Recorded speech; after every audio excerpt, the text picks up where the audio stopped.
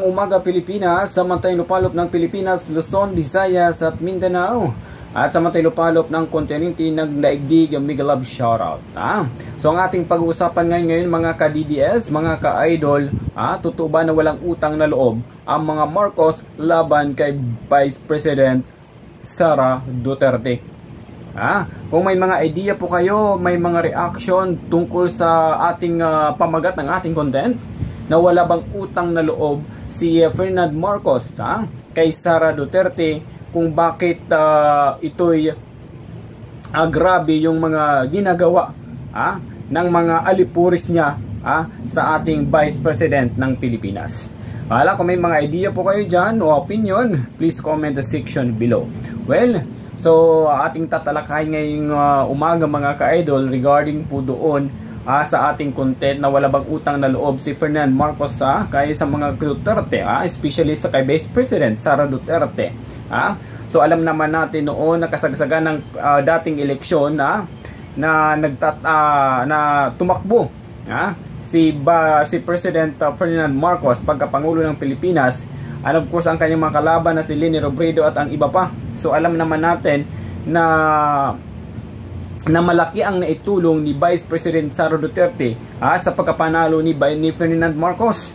Kaya dahil nakikita naman natin kahit sa ngayon na grabe yung mga paninira kay VP Sara Duterte na sa mga tao ng mga alipuris ni Ferdinand Marcos, pero umaangat pa rin siya sa mga madlang people, sa mga dabarkads, sa mga ganun lang po doon mga ka-idol. Doon natin masusukat kung gaano kalakas ang impact ng mga DDS, ng mga Duterte, especially ang Vice President sa mga tao.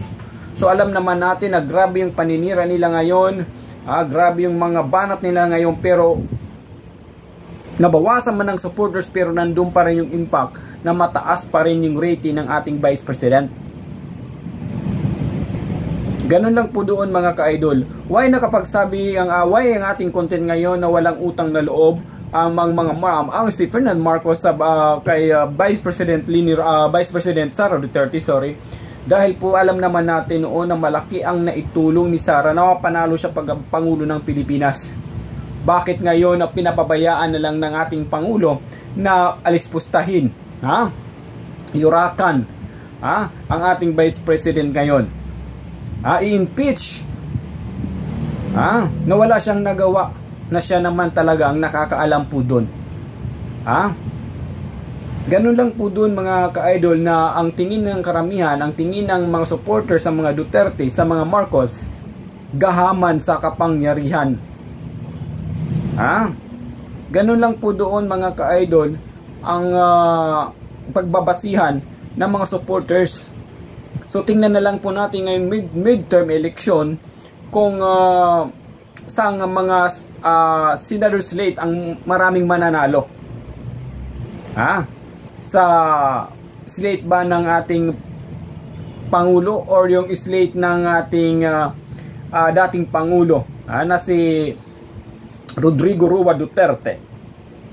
So tingnan na lang po natin yan sa pagdarating na midterm election. So sana naman po mga regarding po doon nagkaisa na lang si BBM at of course si Sara Duterte para sa bayan. So ang nangyayari po ngayon, parang pinagkaisahan nila ang Pilipinas, dahil hindi marunong sumunod ang ating Pangulo kung ano ang kanilang mga kasunduan. Ganun lang po doon ang mga ka-DDS. Sa mga ka-DDS dyan, please don't forget to subscribe this channel. Atin to ipaglaban natin ang ating bayani ng Pilipinas, na si Rodrigo Roa Duterte, and of course ang kanyang anak na si Sara Duterte. Ganun lang po doon mga kaidol. Totoo po yun. Maraming nagsasabi kung hindi tumulong ang Vice President si Sara Duterte during the election, sa tumakbo ng pagkapangulo si Ferdinand Marcos, hindi siya mananalo. Ang mananalo sana nun kung hindi tinulungan si Leni Robredo sana ang naging Pangulo ng Pilipinas. Kahit anong gawin, kahit anong pangumpanya nila na tumakbo, hindi mananalo ang Marcos kay Robredo.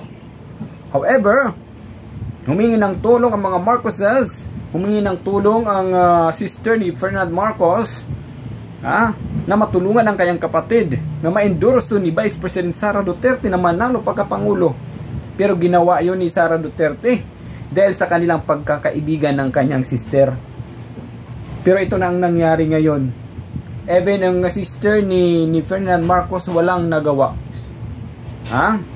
Kahit yung sister ng ating Pangulo against kung anong nangyayari ngayon sa ating bansa, against sa mga korupsyon na nangyayari. Dapat nga, sabi pa ng karamihan, dapat nga ma-impeach hindi si Sara Duterte kundi ang ating Pangulo. Kumpara pa man daw yung mga nagastos ng ating Pangulo versus sa ating pangalawang Pangulo. Ganun lang po doon, anong mga ka-idol, garapal ang administrasyon ngayon, according sa mga supporters at mga against sa administrasyon ngayon. At sana naman po sa mga vlogger dyan ni Ferdinand Marcos, respetuhin na lang po natin ang kanya-kanyang opinion, reaction, kasi parehasan din naman tayo dito sa social media, na gumagawa rin tayo ng content tungkol po doon. So respetuhin na lang po natin. If you are, kung doon ka kay BBM, doon ka. Kung dito kami kay mga kayo sa mga DDS, dito kami. Ganun lang po doon. Wag nang wag nang kalabanin yung mga supporters katulad po namin. Okay?